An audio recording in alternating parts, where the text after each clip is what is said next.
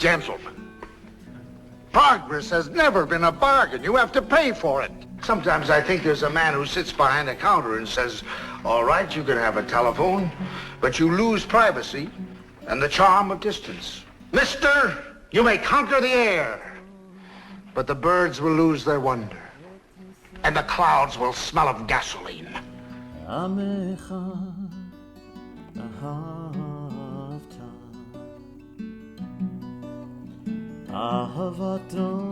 Chag Sameach, Shabbat Shalom. Welcome, Bruchim Abiyim. I'm Rabbi Paul, your virtual rabbi. You found Beit Virtuali, and let's stir up some Torah on this Shabbat Chol HaMoed Pesach. So if you weren't familiar with that opening in Lawrence and Lee's 1955 play Inherit the Wind, Henry Drummond, the person who was talking, played by Spencer Tracy, the fictionalized version of professional gadfly lawyer Clarence Darrow, speaks this truth that resonates past even the critical issues of the day. Written in the shadow of McCarthyism, Inherit the Wind looks back to the so-called Scopes monkey trial of 1925, where a Tennessee science teacher, John T. Scopes, violated the state's Butler Act, which forbade the teaching of biological evolution. While the play, much like Arthur Miller's 1953 The Crucible, was meant to criticize via parable the damage being done to society via ideological demagoguery, soliloquies like "Progress has never been a bargain" captures something far more universal. Now, admitted, perhaps I'm not the best rabbi to mount a defense for reform from the perspective of a movement, although my support for diverse perspectives and aesthetics in Judaism is unwavering. For some years, I have, however, considered myself post-denominational for two reasons. The first is that I serve and have served both in Orthodox and Reform or liberal communities, and the second is that I have for far too long seen denominationalism or different streams in Judaism on all sides act more as a tribal flag that separates us than what I ideally believe should be equal pathways into the greater truth of elevating ourselves and each other. I am always willing, however, to offer a full-throated defense of the process of reform. Even though this last paragraph has already loosed some potentially strong emotions, at this point it won't necessarily be clear what I'm trying to say, so let's press further. Be warned, we have some deeper theology than usual with which we need to wrestle. The journey's worth it, however. Let's use our daily prayers and blessings as the gateway into the process of reform. In every single Siddur, or prayer book, that has any tie whatsoever with traditional Judaism, the morning prayers contain the Yotzer Or, who forms light. This is one of my favorite prayers, where the composer plays with the 4 different words for Hebrew for creation. If you don't know what I'm talking about, it's all in that book right there. For the purpose of this example, however, let's look at the exact phrasing that you'll find at the opening of the prayer. This will be identical in most Reform, Liberal, Progressive prayer books to what you will find in Conservative and Orthodox ones. Baruch atah Hashem Elokeinu melech haolam, yotzer or uvorei choshech, oseh shalom uvorei et hakol. Blessed are you, eternal, sovereign of the universe, former of light, creator of darkness, maker of peace, creator of all things. This is a poignant peticha, or opening part of a prayer, into a longer or shorter, depending on Orthodox or Reform, meditation on creation. It is also based on a quote from the prophet Isaiah. This quote is, however, altered from Isaiah. Not by post-Haskalah, or Jewish Enlightenment reformers of the 19th century, or online rabbis of the 21st, but by the earliest rabbinical sources that crafted the kernel that would by the 9th century become our first full written out and complete Siddur. So wait a second, why were the words of a prophet changed by the most kosher of sources? In Isaiah 45:7, the verse upon which the Yotzer Or is based, the original text reads, Yotzer Or uvorei choshech, oseh shalom uvorei ra. Former of light, creator of darkness, maker of peace, and creator of evil. Creator of evil. So, did the rabbis of the Talmud and then later generations disagree with Isaiah? Did they think a prophet, who, according to Jewish law, could not be wrong and still be considered a prophet of the eternal, was wrong? Although I admittedly was not there when the decision was either made or as the process of textual evolution occurred, which eventually brought about today's nearly universal version of this prayer, I can make some educated hypotheses about the nature and purpose of the original text, and then the later decision to alter the text. But in order to step into this gateway together, we have to acknowledge that Judaism is influenced by the world around us, that events that affect us as well affect and have affected from the beginning the content of our most sacred sources. All right. First of all, if you haven't academically studied the texts and liturgy of Judaism, no problem. Not everyone is going to study Gray's Anatomy. I told you to guard the door. I had a code blue. I had parents walk in. We saved the guy's life. Whatever. I want my $20 back. No, the other one. As important as the contained information is. Specialists study specialized information. One can live a fulfilled Jewish life without needing to have an academic grasp of what is underlying. It may, however, be a shock for some then that have not engaged in this academic study that the book of Isaiah is not a book of a single man named Isaiah, but rather the book of the prophets named Isaiah, of whom there were at least 2, probably 3. This is actually not very controversial and is pretty clear from a surface reading of the text. The first chapters, through chapter 39, are written by a person we call Proto-Isaiah, who lived while the first temple still stood in the 8th century BCE. Bear with me, we'll be through the dates and names pretty quickly. Chapters 40 to 45 were written by someone we call today Deutero-Isaiah, or Second Isaiah, who lived during the Babylonian exile after the temple was destroyed by the Babylonians in the 6th century. The third, Trito, or Third Isaiah, wrote from chapter 56 out to the end and lived at least a century later after the return from the exile. Okay, let's take another deep breath, as here is where the more intense look at theology comes in and is needed to answer the question, why would Isaiah, specifically the second one, write such a thing as creator of evil? The historical breakdown of Isaiah was critical to make, as like it or not, our theology has evolved over time, and Deutero-Isaiah, Second Isaiah, is one of the most single critical voices in moving us from our earlier theologies, because we evolved, of polytheism followed by monolatry, of the belief in honoring of multiple gods and goddesses followed by the acceptance of the eternal, at least by the leaders of Jewish society, as the greatest of the many gods and goddesses out there. We didn't just begin with monotheism. Try to read the Michamocha, who is like you eternal among all the other gods, a text from before the exile, and not see an earlier theology. It's possible, but you have to tie yourself into a pretzel based on ideology. It can't be that way because I don't like it. Rather than reading what's right there. It wasn't until the Babylonian exile that, once again at least for Jewish leadership, moved us into not just monotheism, the belief in a single God, but rather radical monotheism, which as well rejects any duality.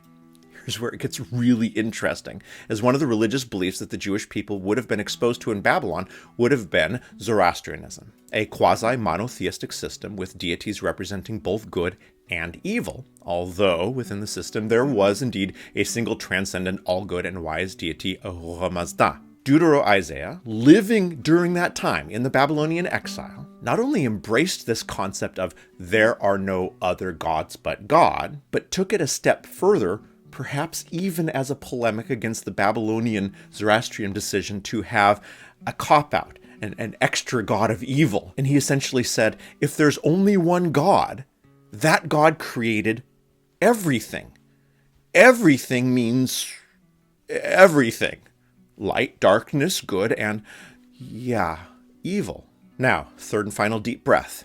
If we have still written into our bones some remnants of belief that the eternal has human characteristics, or can in any way be understood via human attributes, then I'll admit this theology is impossible to accept.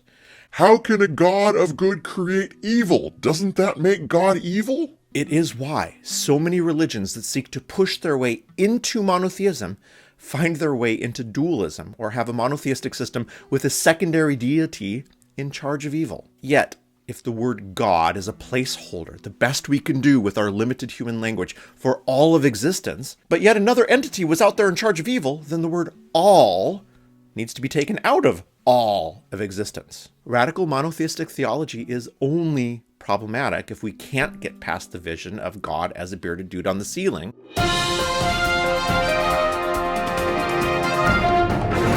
The second we can ascribe any human attributes to the eternal, that's no longer the eternal. And remember, this all is implicit in Torah itself. Paraphrased from the book of Exodus, Moses says to the Eternal, "What's your name so that I can tell the folks back home?" And the Eternal answers, "Yeh Asher Yeh, I am that I am." Rabbi Strasko's paraphrase continuing on, "I am not a name, so stop thinking of me in human terms. I am all of existence." And oh, by the way, Moses, with whom are you speaking right now? And how are you going to describe this to later generations that are going to need a strong narrative to accept this wisdom you've just gained through your deep trance? So, let's assume that the sages of old understood this. That doesn't make it any easier, however, to pray every morning using the phrase, "creator of evil." So let's just say creator of all, which technically contains Isaiah's point, but isn't quite as jarring, because prayer is prayer. See, it's not just Reform is a movement that edits texts to deal with the practicality of the moment. It can also be done by the greatest of sages from our past. That's the process of reform that Judaism continues and has always continued to survive by keeping one hand firmly planted in the traditions of the past while the other is anchored in the shifting sands of now. I know, this can be really hard. Progress has never been a bargain. My other favorite example comes from the Torah reading for today, the Shabbat in the middle of Passover, or Shabbat Chol HaMoed Pesach. Contained within the reading is source text for one of the most critical liturgical moments of all Jewish holidays, chanted before the open ark, the 13 attributes of mercy. Now I'll go ahead and translate in a second, but using the melody that I've learned, I'm going to chant it, but let's just experience this as hopefully we've experienced this in Shul over Passover. Adonai, Adonai, El Rachum V'Chanun, Erech Apayim V'Rav Chesed V'Emet, Notzer Chesed La'alafim, Nosei Avon V'Fesha, V'Chata V'Nakei. The eternal, a God, compassionate and gracious, slow to anger, abounding in kindness and faithfulness, extending kindness to the 1,000th generation, forgiving iniquity and transgression and sin, and who cleanses. Usually chanted 3 times to make sure we really get it, there's been another edit made here between the text in the Torah and the one sung before an open ark. The actual text reads, the eternal, a God, compassionate and gracious, slow to anger, abounding in kindness and faithfulness, extending kindness to the 1,000th generation, forgiving iniquity and transgressions and sin, and who cleanses, yet who does not cleanse. Lo yinake. God forgives, but does not forgive. Talk about ending on a high note. The rest of the verse gets even better with, but visits the iniquity of the parents upon children and children's children upon the 3rd and 4th generations. Yikes. There are actually quite a few reasons why this edit is made for the sake of liturgy.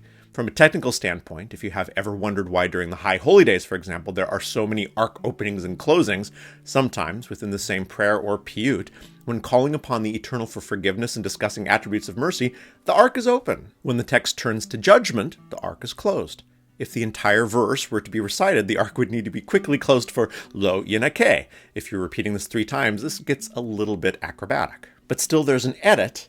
But there's an easy way around this, of course, and that's to call this the 13 attributes of mercy, not the 13 attributes of the eternal, because there are actually 14 attributes of the eternal here, but only 13 of them are merciful attributes. So the 14th attribute is about something else, so we leave that because our focus is not on a specific verse or 2 of the Torah, but rather on the specific elements within the Torah text, those that we wish to highlight when the ark is open. Still, this editing has the effect that many people do not know that Lo Yinake is part of this text. Outside of Reform Judaism, we can criticize decisions in the Reform movement for removing parts of the liturgy that do not match modern sensibilities, but this huge liturgical decision removes us from asking the critical question of why, after so much trouble to list attributes of mercy, does the text end on such a negative note?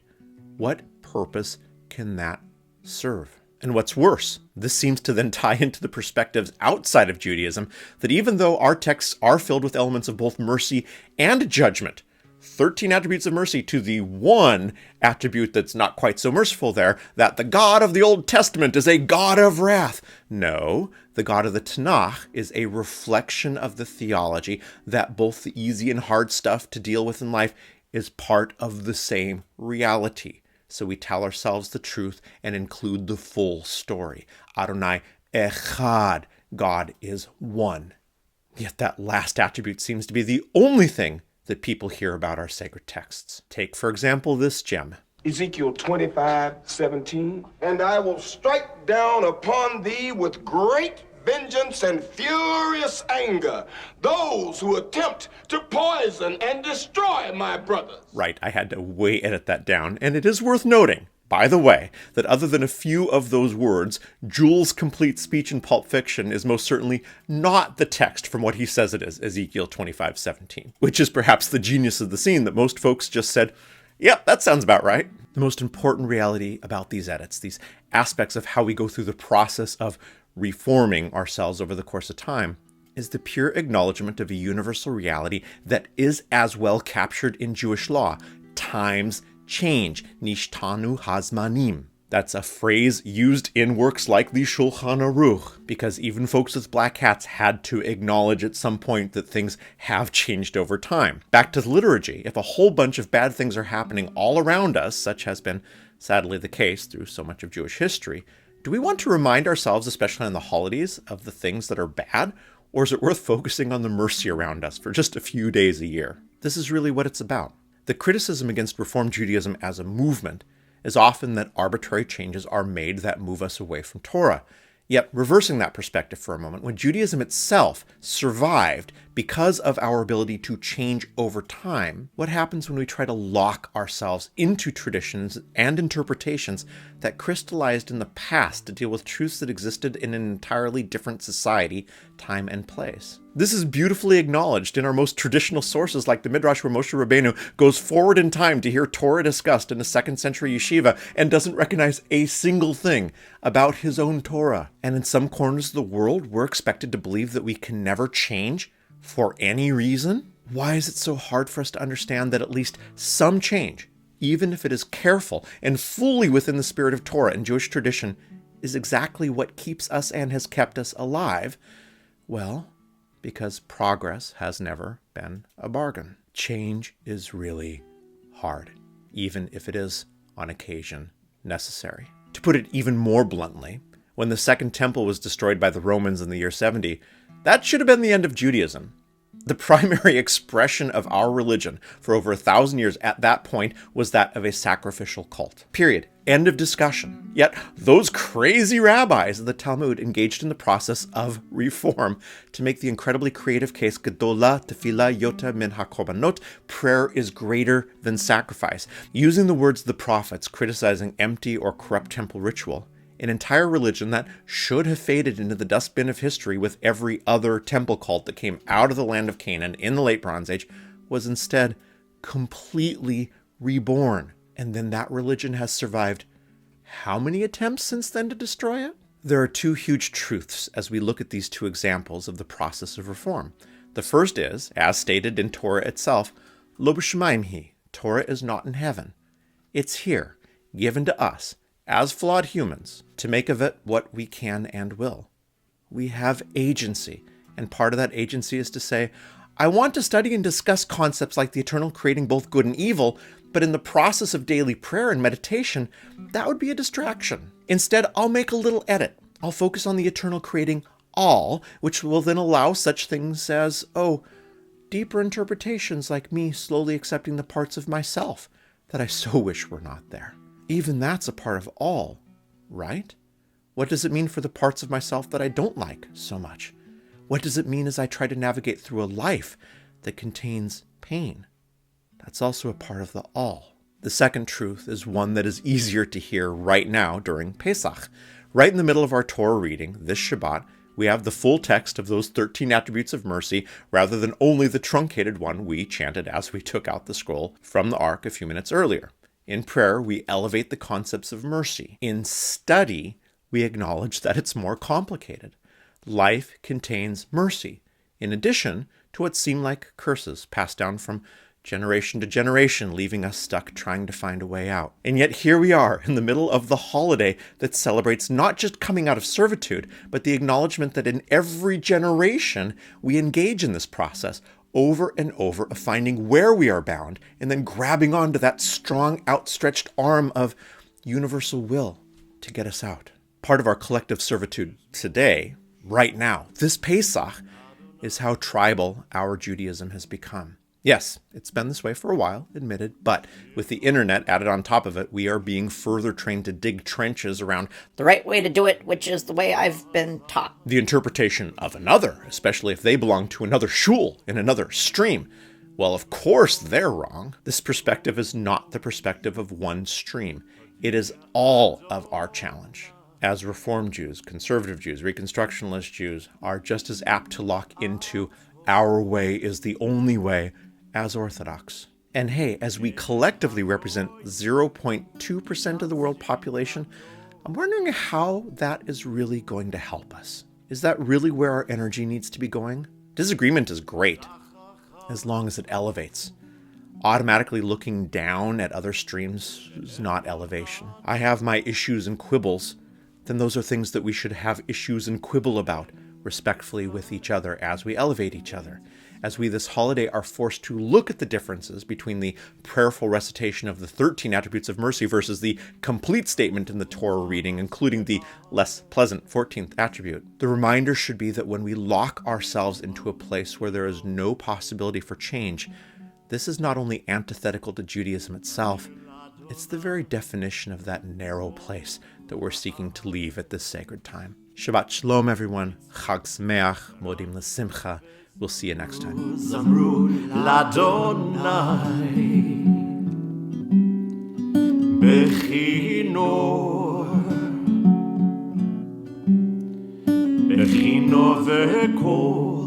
v'kol Zimra